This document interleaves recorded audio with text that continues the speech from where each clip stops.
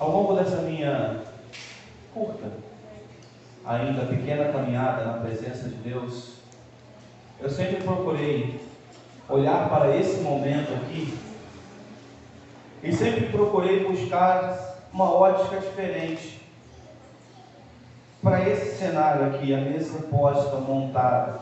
Eu sempre procurei enxergar de vários ângulos essa cena do pão, do sangue, do vinho. E é interessante que por todas as óticas que eu procurava olhar, por todas as formas que eu procurava enxergar, o fim da análise ou da analogia traria sempre para o mesmo resultado, um amor que não se tem como explicar.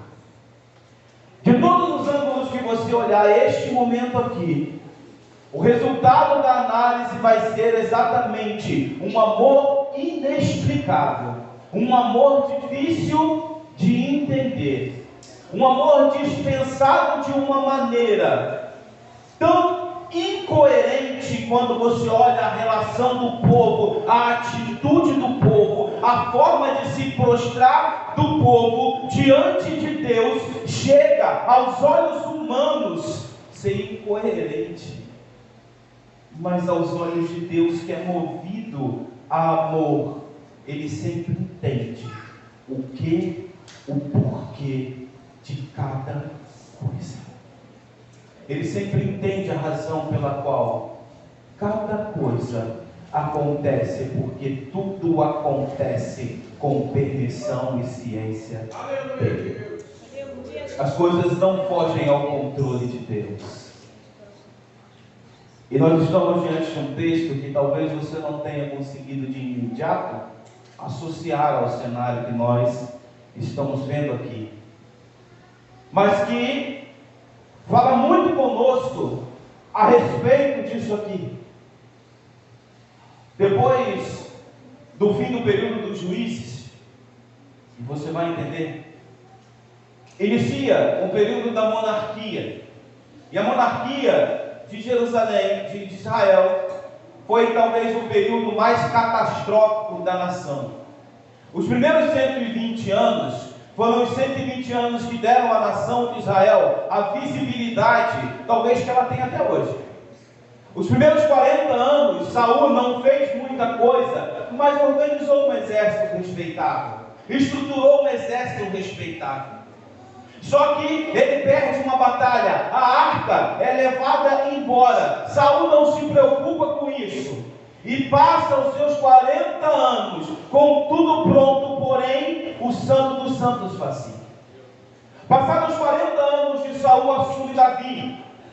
Davi, antes de tomar qualquer atitude, a primeira coisa que ele faz, ele olha o cenário e diz: a gente já tem tudo, a faca e o queijo na mão, a única coisa que falta é a presença. A primeira coisa que Davi faz, ele vai buscar. Agora, com o exército estruturado e com a presença de Deus de novo no meio do povo, o povo começa um plano de expansão de Davi, aonde as nações uma a uma são subjugadas à nação de Israel, e essa nação só cresce. O tempo passa, Davi morre, assume Salomão.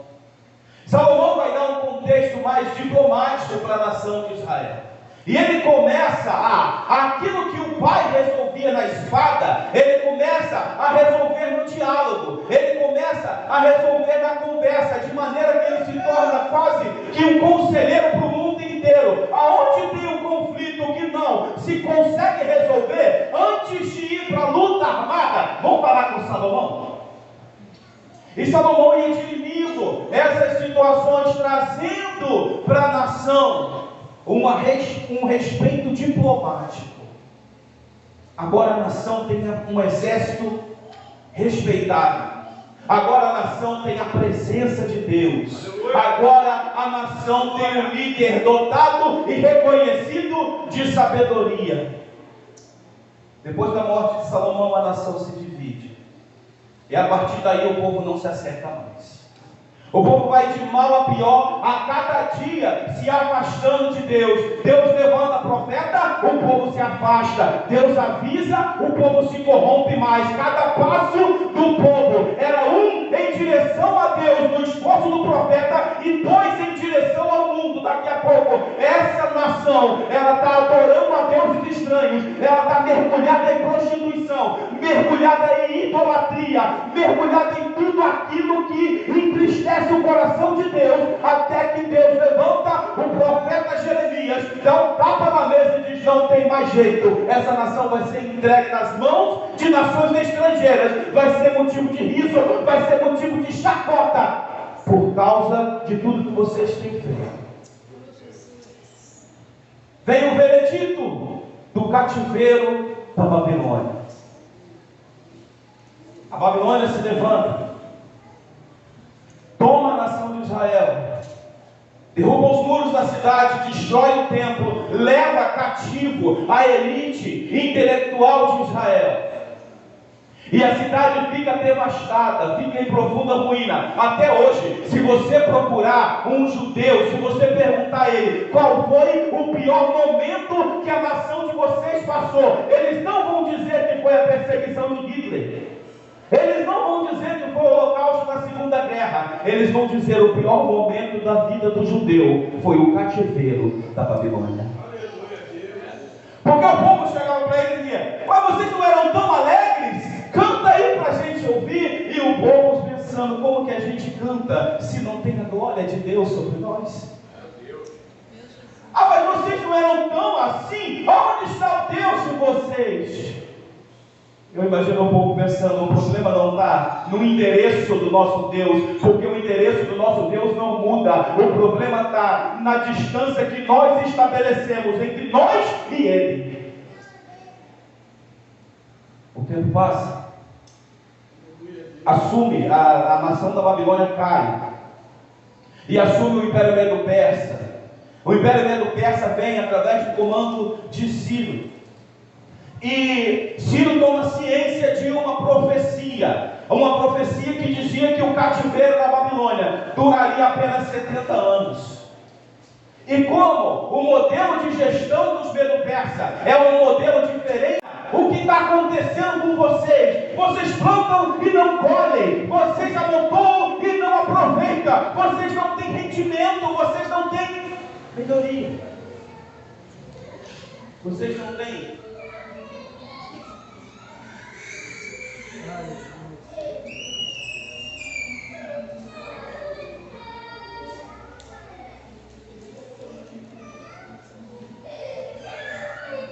Você não tem rendimento, vocês plantam e não colhem, a coisa não está prosperando. Ele vai dizer: considera o vosso passado.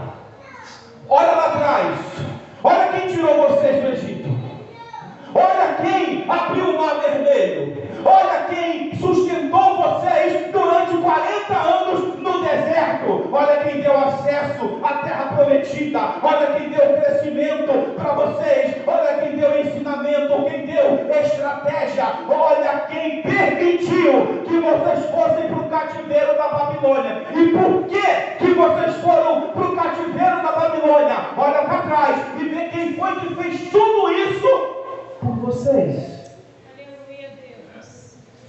O povo olha para trás e vê que de tudo que eles tinham ali, a única coisa que eles não tinham mais era Deus. Tinha tudo já, mas ainda faltava Deus. E é interessante que Ageu não se levanta, ele vai ter um ministério de 4 meses. Ele não se levanta voando, fazendo milagre. Ele não se levanta atravessando parede e dando cambalhota. Ele não se levanta aos gritos, aos berros, apontando o dedo no rosto de ninguém. A única coisa que Ageu faz é transmitir para o povo a palavra de Deus. Mais nada. Mais nada. Ele transmite a palavra de Deus. E Deus vai dizer: ó, vai lá em cima, lá no topo, pega a madeira e traz para cá. A coisa começa a mudar, porque em alto de morro não dá madeira de qualidade para construção. Madeira de qualidade você colhe no vale, não é no topo do morro. Mas Deus vai dizer: vai lá no topo do morro, pega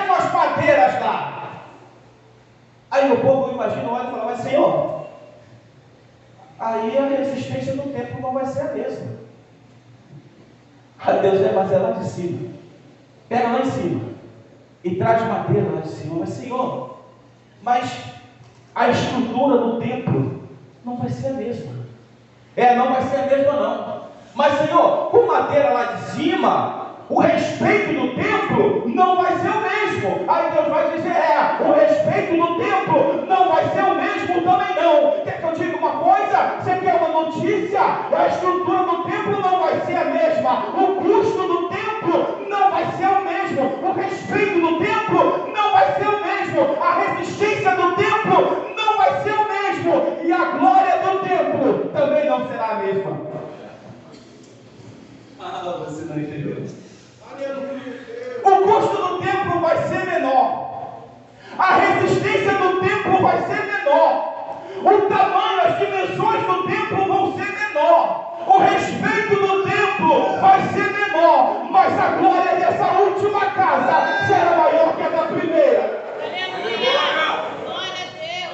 Mas a glória do templo vai ser maior.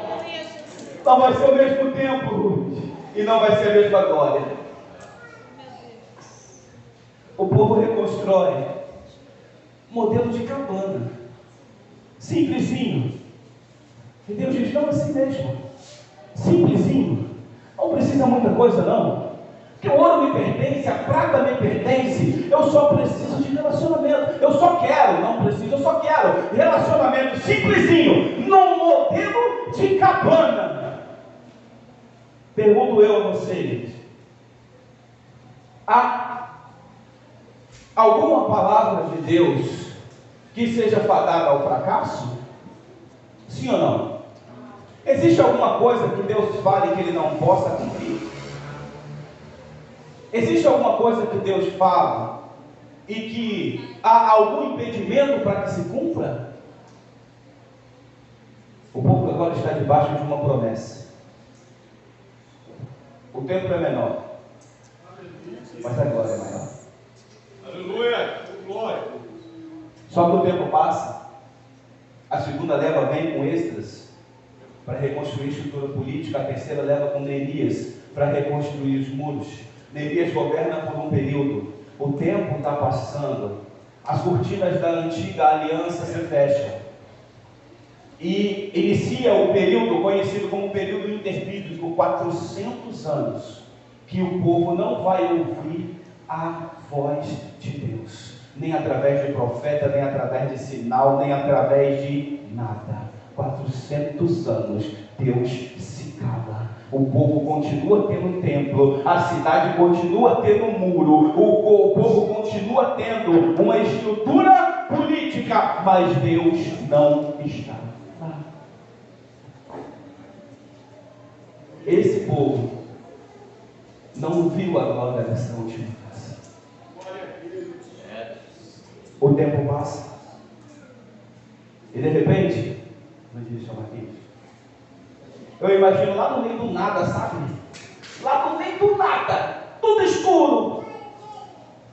De repente se ouve um choro de uma criança bem longe, aquele choro bem baixinho, lá no meio do campo. E até então não tem nada de diferente, é uma criança que nasceu, está tudo normal.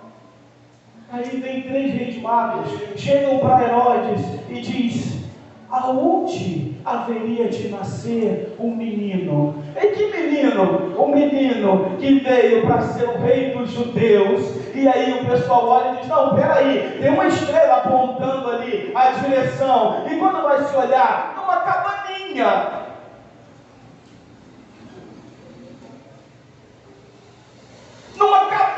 num estábulo. Eles chegam lá e está lá o menino numa manjedoura. Isso aqui, gente, na terra.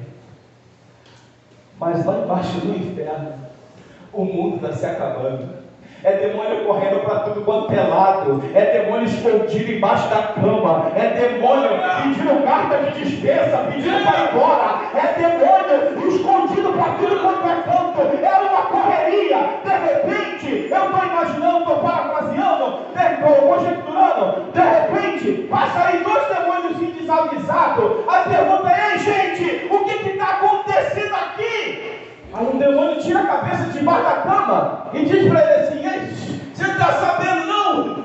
O cara, o que está acontecendo aqui? Ele diz: não, aqui não está acontecendo nada não, está acontecendo lá em cima. Aí ele, lá em cima onde? No céu. O que está acontecendo no céu? Aí ele olha, e outro demônio debaixo da cama olha, aí ele, não é lá em cima no céu não, é lá em cima na terra. Aí o que está acontecendo? Ele vai dizer: lá no meio do campo não, não é na cidade não, não é no palácio não. Ele diz: não, lá no meio do campo, num estábulo, em cima de uma manjedoura, dá uma olhadinha lá. Aí ele vai dizer: o que pode acontecer no meio do campo, dentro de um estábulo, em cima de uma manjedoura? O que pode acontecer para atingir, para afetar a gente? Aleluia! Glória a Deus! Aí meu demônio mais desesperado de todos, atrás da coluna, assim, da pilastra, bota a cara e diz: ei, se esconde também, cara.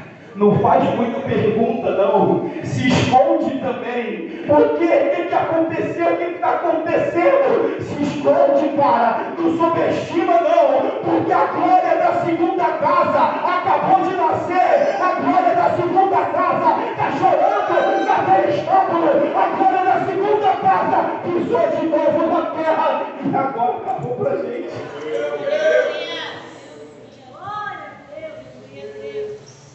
O que pode acontecer num estábulo, no meio do nada, em cima de uma manjedoura? Mas é nesse cenário que o povo vem nascer a glória da segunda casa. Simples, numa cabaninha, sem muita estrutura. Enquanto a gente olha, na primeira aliança, Deus chega para o povo e diz: considerai o vosso passado. Há uma palavra dura, há uma palavra exortativa, dizendo: olha para trás e vê tudo que eu já fiz por vocês, e vê se é isso, se é esse tratamento que vocês têm que me dar. Na antiga aliança, Deus olha para o povo e coloca o povo no seu devido lugar, porque é assim que se trata com quem não gosta de ouvir. Olha para trás. Aí vem a glória da segunda casa. Glória a Deus, aleluia. E a glória da segunda casa, quando chama o povo na intimidade, coloca o povo numa mesa. Senta com eles. Alguém precisa consagrar esse menino, né? Senta com eles. Toma um pão. Olha para cima da casca. Parte o pão. Olha para eles e diz: esse é meu corpo, que é partido por vós. Semelhantemente, agora da última casa, pega o cálice e diz: esse cálice é o Novo Testamento do meu sangue. Façam isso todas as vezes que comerdes e beberdes, em memória de mim.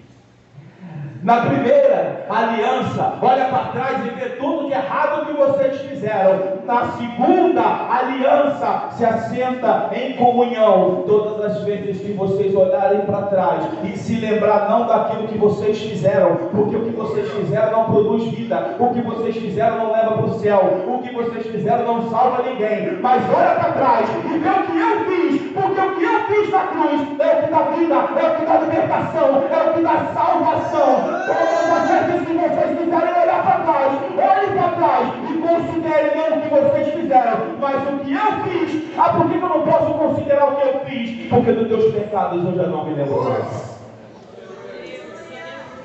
Não adianta olhar para trás e ver o peso do pecado. Por quê? Porque eu já não me lembro mais. Eu já não me lembro mais. Olha para trás. Todas as vezes que comerdes e beberdes, em memória de mim. E é interessante que ele diz: olha para trás, façam um presente E depois olha o que acontece no futuro. Porque ele diz: todas as vezes que comerdes desse pão e beberdes desse cálice, vocês vão anunciar algo que vai mudar para sempre a história da humanidade. Vocês vão anunciar algo que vai mudar para sempre a história do universo. Vocês vão anunciar algo que vai destruir o inferno e acabar com o plano de Satanás. O que vocês vão anunciar? Vocês vão anunciar que a glória da segunda casa vai voltar para buscar a sua igreja, para morar com eles. Aleluia! Glória! Maravilha! Todas as vezes que comerdes, todas as vezes que beberdes, em memória de mim, vocês vão anunciar a vinda do Senhor. Lá atrás quem fez isso foram os profetas. Hoje quem faz isso sou eu e você. Erguendo o cálice, erguendo o pão. E Satanás fica lá com os demônios do inferno olhando e dizendo: ele estava certo. Não tem parede de ouro, não tem arca física, não tem muro coberto de prata, não tem utensílios cravejados de diamante, não tem utensílio feito de ouro batido, não tem a mesma estrutura, não tem o mesmo tamanho, não tem o mesmo custo, não tem a mesma suntuosidade, talvez não tenha o mesmo respeito, mas a glória dessa casa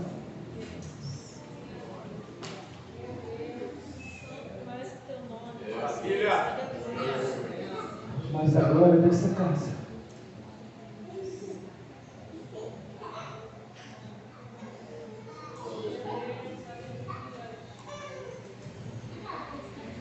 que nos possa, gente, abrir o nosso coração e a nossa mente. Foi falado de uma coisa que chama muito a minha atenção aqui no culto, de que a gente só dá valor às coisas quando nós não temos. A missionária Renata cantou, o Cristian Marquinhos contou aqui a testemunho de sua professora. Eu estava me lembrando de um cantor bem famoso, eu esqueci o nome dele agora, Cleiton Queiroz, eu acho, é um deficiente visual. E ele disse que ele chegou nos Estados Unidos para cantar, e o moço que levou ele falou assim: olha, irmão, a gente está passando em frente a onde foi filmado aquele filme Velozes e Furiosos. Ó, tem uma árvore assim, uma passarela, e tem isso, e tem uma casa desse jeito. E ele fala no seu testemunho, e eu sendo simpático com o irmão, balançando a cabeça, assim, beleza e tal, e interagindo com o que ele está falando. Ele olha, ali é onde foi gravado o filme tal, é onde o ator tal fez a cena e tal. E eu balançando a cabeça, sendo simpático com o irmão, mas no meu coração, na minha mente, eu pensava: meu Deus, se ele soubesse que eu nunca vi o rosto da minha mãe, se ele soubesse que eu nunca vi o rosto do meu pai, ele entenderia o que realmente tem importância para mim. É legal aonde o artista gravou o filme, mas tudo que eu queria era ver o rosto da minha mãe. Deficiente visual de nascença, ele nunca tinha visto. E a gente às vezes esquece aquilo que realmente tem valor. A gente valoriza status, a gente valoriza posicionamento, a gente valoriza cargo, a gente valoriza posição social, a gente valoriza talento, a gente valoriza tanta coisa. E na verdade, no fundo de tudo, o que tem de fato valor aqui neste mundo é a glória da última casa, porque ela é maior do que a da primeira.